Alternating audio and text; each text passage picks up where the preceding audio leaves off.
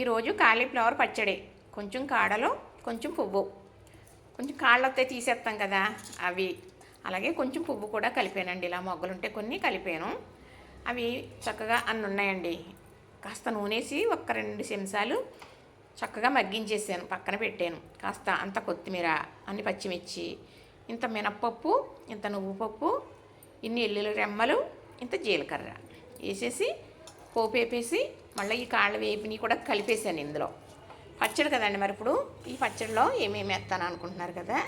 మరి ఈ పచ్చడి రుచి అంటే ముందు ఉప్పే కదండి. ఇదిగో ఉప్పు వేసేసాను. అయితే చింతకాయలు నేను ఉడికించి మరి గుజ్జు తీసి ఉంచాను. ఇది కూడా వీడియోలు పెట్టాను, చూశారు. అది ఇలాంటి పచ్చళ్ళలోకి వేసుకుంటే ఇందులో స్వీట్ అది వేయం కాబట్టి ఈ పులుపు చాలా రుచిగా ఉంటుందన్నమాట. చింతకాయ పులుపు కదా, మరి చాలా బాగుంటుందండి. ఇది ముఖ్యంగా రైస్కి బాగుంటుంది, కొంచెం వాటర్ కలుపుకుంటే టిఫిన్కి బాగుంటుంది. మిక్సీ పట్టేస్తాను చక్కగా. ఇప్పుడు ఇది మిక్సీ పెట్టేస్తానండి. ఈ పులుపు కొంచెం ఉంది కదా, ఇది కూడా వేసేస్తున్నాను. ఇది బాగా పుల్లగా ఉంటుంది కాబట్టి కొంచెం సరిపోతుంది.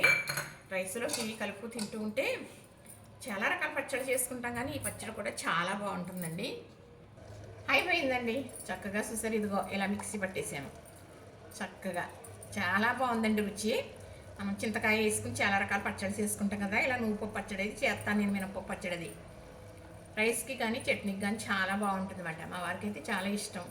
ఇప్పుడు ఇలా తీసాను కదా, ఇంకొంచెంలోని చక్కగా కొద్దిగా వాటర్ వేసేసి ఇందులో కొంచెం వాటర్ కూడా కలిపేస్తామండి.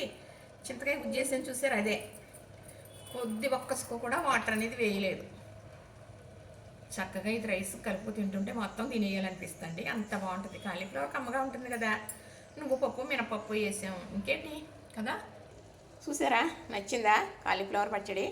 నచ్చితే అలా చేసుకోండి. చేసే విధానం కావాలి అంటే కామెంట్ పెట్టండి. నచ్చితేనే, మీకు నచ్చితే చూడండి, నచ్చితే కామెంట్ పెట్టండి, లైక్ చేయండి, నచ్చకపోతే వదిలేయండి.